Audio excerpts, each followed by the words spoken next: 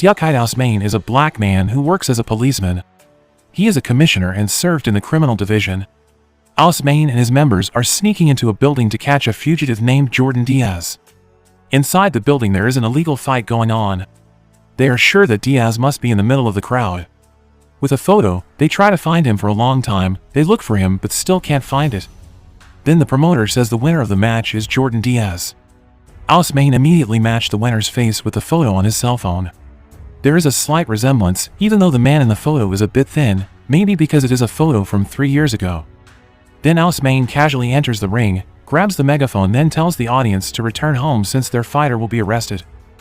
But of course, it's not that easy. Diaz fights back, then removes his handcuffs, then challenges Ausmain to a duel. The crowd cheers again for their champion Jordan. The fight begins, and Ausmain's colleagues call for backup. The fight continues, then Ausmain manages to pin Diaz at the same time when the backup arrives.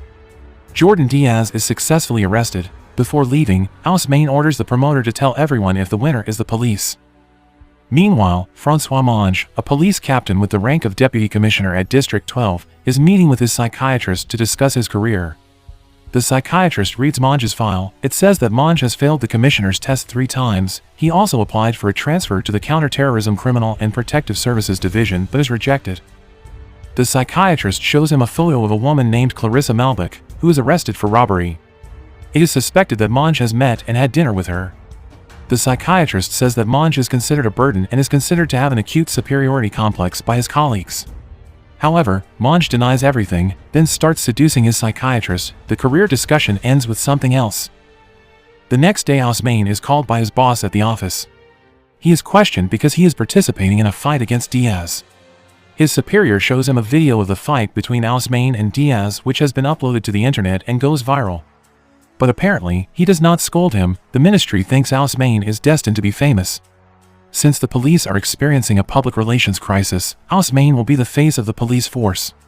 For that, he assigns Benoit to always record Ausmain's activity and make it viral, making Ausmain a hero for the campaign on social media. They call it Police 2.0 Hero. Back to Monge.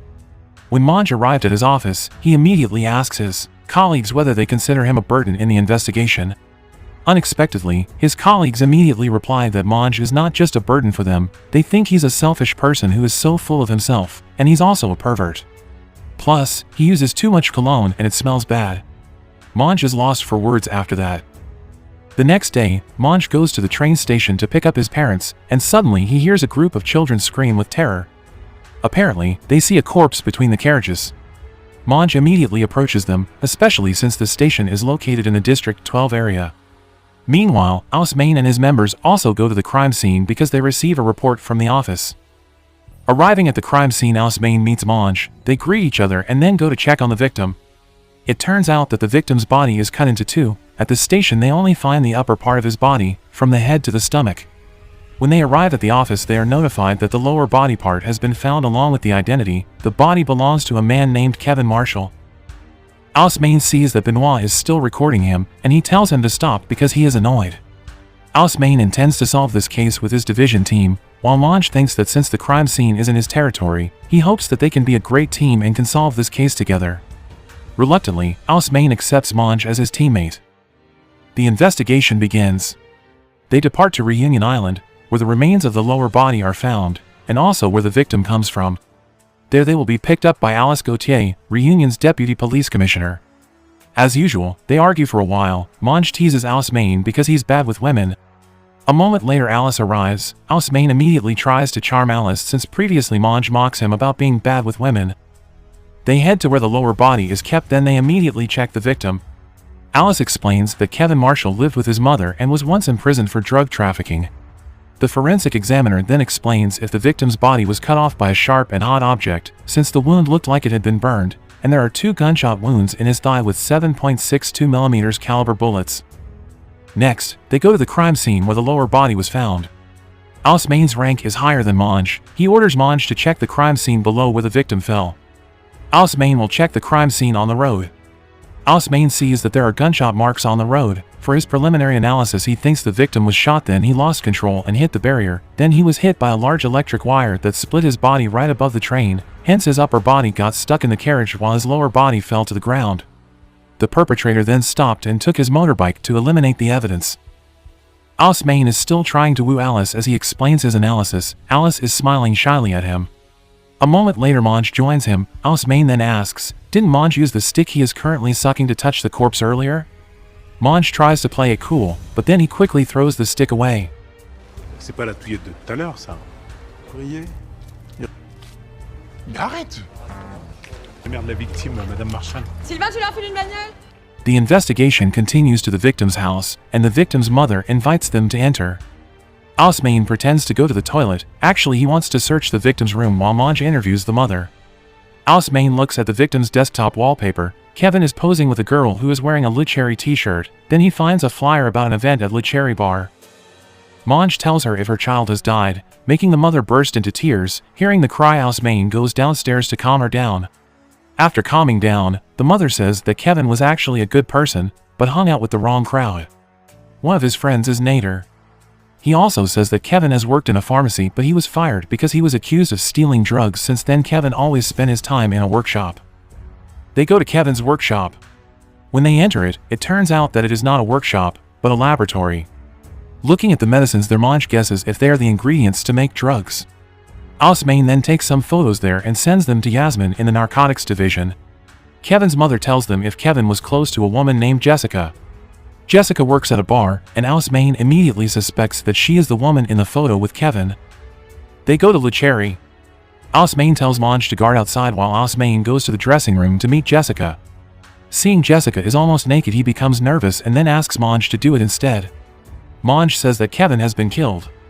Jessica tells him if Kevin changed since he started making drugs, and sold them with Nader. She said that Nader worked at a laser shooting arena at the mall. Meanwhile, outside, Alice Main is talking with security named Carmuller. Alice Main is furious because Carr is racist towards him, then they fight. En Afrique! Elle est raciste, mais elle est bonne. Raciste de... Non! Non, ça va pas! Alice Main punches him hard, but it seems like Carr doesn't feel hurt. Then Monge comes and uses his stun gun at Carr, but it doesn't affect him.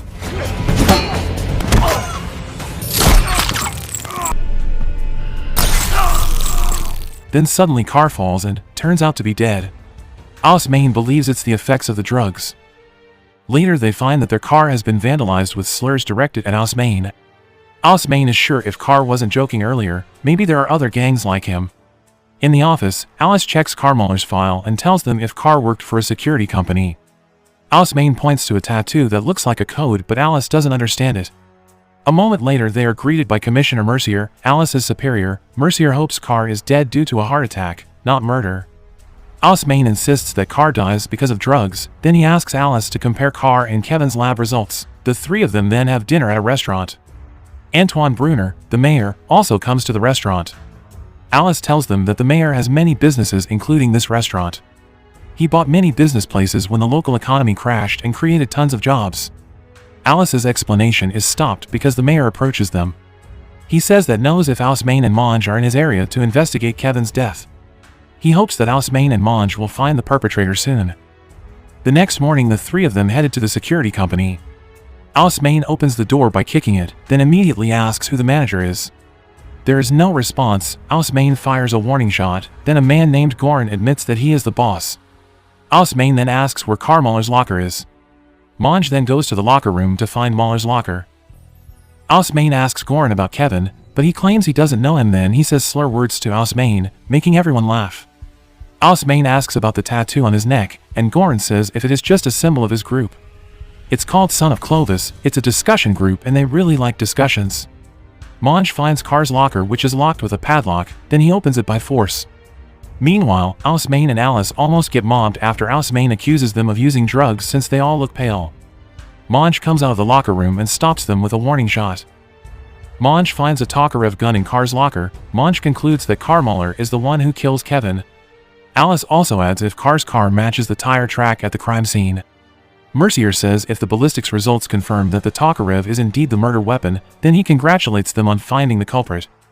Alice Main doesn't think it's that simple and still suspects the Son of Clovis group. He also sees Goran and his men exiting Mercier's office with a smile on their faces. Anyway, the case is closed since the suspect is already dead. so Alice escorts them to the station. Monge, seeing Alice Main is silent, thinks Alice Main is reluctant to leave Alice since he already falls in love with her. Actually, Alice Main thinks they must have been tricked. Carr is used as the ideal perpetrator since he's already dead and the case is closed. They don't go home and go to the laser shooting arena to find Nader. Nader sees the police are looking for him and then tries to run away. Nader tells them if Kevin's death has something to do with the son of Clovis. Kevin felt threatened, then reported it to the police. Nader adds that before the incident Kevin was frequently seen contacting Commissioner Mercier. Then they start following Mercier. He arrives at a house, they want to follow him but then the mayor comes out. Turns out it's the mayor's house. He says that Mercier comes to discuss the expansion of the police station. Then Alice Main tells the mayor if he thinks Mercier is connected to the case, maybe Kevin was a drug supplier to his militia group. The mayor felt threatened and then asked for protection from Commissioner Mercier. Apparently, Mercier is a part of the militia gang, then Kevin was killed. The mayor is offended. He says Alice Main is saying that because he feels oppressed by his fellow commissioners because he is the only black man there. The mayor tells Alice Main to go home. Later he will help Alice Main's career by contacting his colleagues in the ministry. He also tells them to go home or they will be reported for harassment. They left the premise, but they still haven't given up. They follow Mercier's car again. Mercier knows that he is being followed then immediately steps on the gas until at an intersection there is another car targeting their car. This car tries to push them off a cliff. Monge tried to shoot but fails, then he throws a smoke bomb and the opponent's car is thrown off the cliff.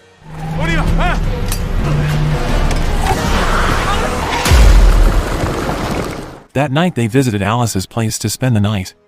The next morning they go on a mission without bringing Alice since it is very dangerous. They infiltrated the mayor's house, and in his private room, they discovered a coordinated attack plan. These attacks will target KFC, mosques, and African immigrant settlements. These attacks will start today at 5 p.m. They go to the mayor's group's meeting point. But before that, Alice Main tells Alice to prepare troops in case they need them. Arriving at the location, they see that there are lots of cars equipped with weapons outside. Inside, the mayor is reading a speech to raise the spirit of his group to carry out a rebellion by upholding fascist ideology. Monge has a plan. He takes an electric button and joins the crowd to stop their action by threatening to bomb himself. Meanwhile, Alice Main is asked to leave the building, waiting for a code from Monge to remove the weapons from the vehicle and throw them into the river. A moment later Alice arrives. Alice Main is relieved that reinforcements have arrived, but suddenly Alice pushes him. Apparently, Alice is part of the group. Alice Main fights her back and then handcuffed her to the car.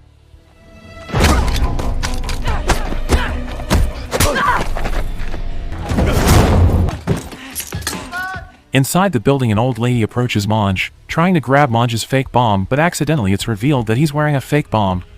Monge has a gun so it hinders the group from attacking him. Meanwhile, Alice Main with a vehicle breaks into the building making the mayor's group run away to save themselves. Commissioner Mercier tries to shoot him, but Alice Main then stops Mercier by using scattered bolts. Now they have to catch the mayor who wants to escape. Outside the building, he is assisted by Alice who manages to free herself from the handcuffs. Goran tries to stop the car but gets hit by a pipe. They chase the mayor and Alice. At an intersection they see the mayor's car on the opposite lane. Alice Main immediately cuts the path through the forest and sheep farms, and he manages to catch up to the mayor. The mayor stops at a bridge. He wants to activate the bomb in the settlement of African immigrants with his cell phone, but his phone is out of service. At the same time, Alice Main's car arrives and hits him. The mayor is still alive and then comes out with unsteady steps toward the settlement. Alice Main and Monge chase after him, but it's too late. He has activated the bomb manually. Seeing they only have 3 minutes, Alice Main and Monge run to the settlement, telling the residents to get out because there is an active bomb. When they are about to go out, it turns out that time is up and the bomb explodes. Lucky Alice Main and Monge fall on a pile of mattresses so they survive. Then they immediately hit the Guardian who is laughing because he doesn't know if they are still alive. A moment later the police arrive and Antoinette Brunner is arrested on suspicion of conspiring with criminals to commit acts of terrorism. The film ends by showing a new Police.0 video with the face of a new hero, Francois Monge.